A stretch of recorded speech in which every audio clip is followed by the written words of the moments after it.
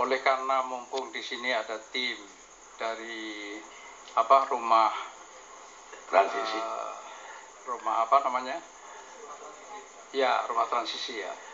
Itu supaya diperhatikan, karena saya betul-betul sangat prihatin adanya kabar-kabar yang mengatakan bahwa Pak Jokowi itu dikendalikan oleh 9 Taipan.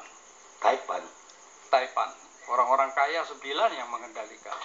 Dan kabar ini menyebar sangat luas. Cuma tidak ada yang berani mengatakan, biarlah saya yang mengatakan. Bukan karena apa-apa, karena kecintaan saya. Tolong dibantah yang sekeras-kerasnya dengan hard facts. Dengan fakta-fakta yang nyata bahwa itu tidak betul. Kalau memang tidak betul. Karena kabar ini sangat meluas. Lalu kemudian, apa peran Sofyan Wanandi? Memang dia ketua umum Apindo. Mengapa harus muncul di mana-mana? Itulah yang justru memperkuat bahwa para Taipan ini mempunyai pengaruh besar. Sehingga dengan demikian orang mulai sangat was-was sekarang. Akan jadi apa kabinet ini? Apa betul yang dijanjikan akan jujur, akan memberantas korupsi dan lain-lain? Jangan salah paham, kalau saya mengatakan ini adalah atas kecintaan saya terhadap PDIP, partai saya yang saya pernah berjuang mati-matian dan yang menjadi pendukung utama. Kalaupun Pak Jokowi dianggap orang kos-kosan, bukan kader yang dari awal sudah mati-matian berjuang, tetapi kaitan antara PDIP dengan Pak Jokowi sangat erat. Sehingga dengan demikian saya berkepentingan untuk memberitahu sejujur-jujurnya, mumpung belum terlambat. Sekian dulu Pak. Pak Kwi, mungkin strategi aja yang beda. Kalau Pak Jokowi ngasihkan daftar kabinet kepada KPK, Pak SBY dulu memanggil orang-orang yang dianggap kandidat untuk jadi menteri, walaupun tidak semua yang dipanggil ternyata jadi menteri. Artinya jangan-jangan dengan memanggil itu dia memancing input dari mana-mana. Saya lihat ada strategi yang berbeda dalam hal ini. Pak Kwik, gimana pandangannya? Ya, menurut pendapat saya urusan menteri dan tidak menteri ini kan banyak yang sensitif untuk menteri-menteri yang bersangkutan nanti, calon menteri yang tidak jadi menteri atau menteri yang sudah terpilih lalu bermasalah. Jadi ini implikasinya sangat besar. Oleh karena itu di mana-mana di dunia tidak ada yang prosesnya seperti ini. Bahwa Indonesia melompat dari kondisi yang semi diktatorial lalu menjadi bebas seperti ini, itu saja sudah sangat mengkhawatirkan. Akan tetapi kalau semua dibuka seperti ini, maka pembukaan transparansi ini lalu bukan transparansi biasa lagi.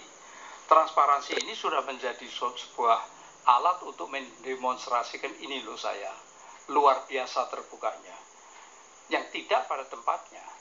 Boleh mencari informasi di mana-mana, akan tetapi secara diam-diam tidak dibuka sampai seperti ini. Menurut Pak Kwik, di luar presiden dan wakil presiden, siapa seharusnya yang cukup berperan besar menentukan kabinet? Apakah ketua partai pemenang atau cukup presiden dan wakil presiden? Yang saya amati di seluruh dunia, itu hakikat dari partai politik adalah organisasi bagi orang-orang yang memang berminat di dalam penyelenggaraan negara. Untuk itulah ada partai politik. Kalau dalam bidang lain ada perhimpunan tenis, pemain tenis, perhimpunan sepak bola. Tetapi di negara kita lalu menjadi lucu. Partai politik yang dimaksud sebagai organisasi untuk orang-orang yang tertarik betul-betul untuk ikut penyelenggaraan negara, justru oleh pimpinan partai politik sendiri, justru oleh Pak Jokowi sendiri sangat dicurigai. Justru sebelum a priori sudah dikatakan bahwa saya tidak akan mencari dari partai politik. Nah, ini yang aneh sekali sebetulnya. Sehingga dengan demikian anggota DPR dipilih secara langsung, akan tetapi langsung dicurigai. Nah, kader-kader dari partai politik yang sejak awal sudah membaktikan dirinya Oleh karena sudah, katakanlah bahwa politisi dan negarawan itu bukan orang-orang yang idealis, katakanlah demikian. Tetapi dia sudah memilih profesi itu.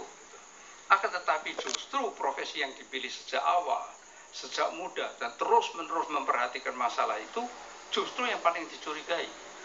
Memang dunia politik adalah dunia yang kotor dalam arti tidak bisa membedakan mana yang negarawan, mana yang political animal.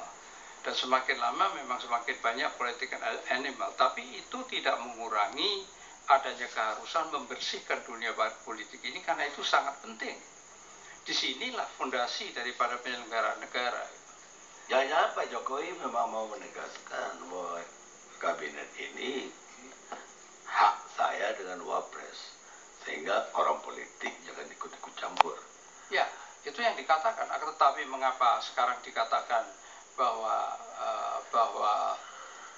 para politisi mendapat jatah yang demikian banyak, hampir separuh, tanpa mengetahui siapa orangnya? Itu kenapa? Ini yang untuk saya merupakan suatu tanda tanya besar.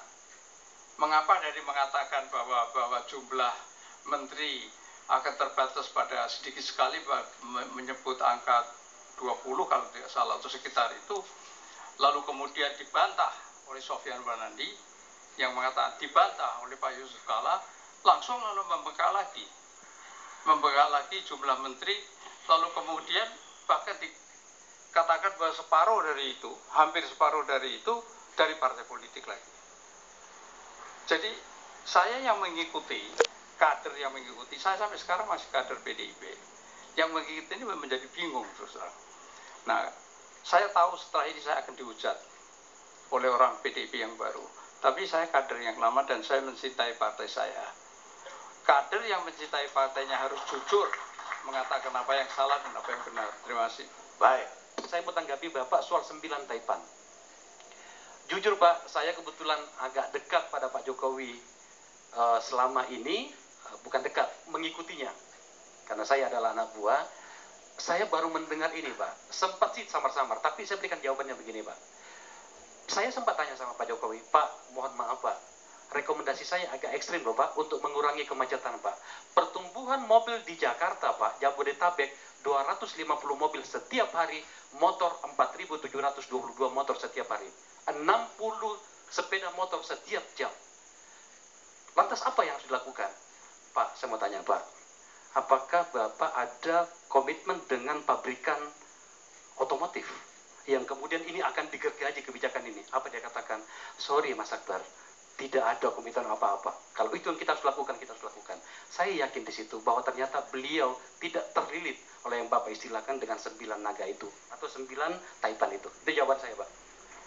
Kita lihat sejenak pemirsa.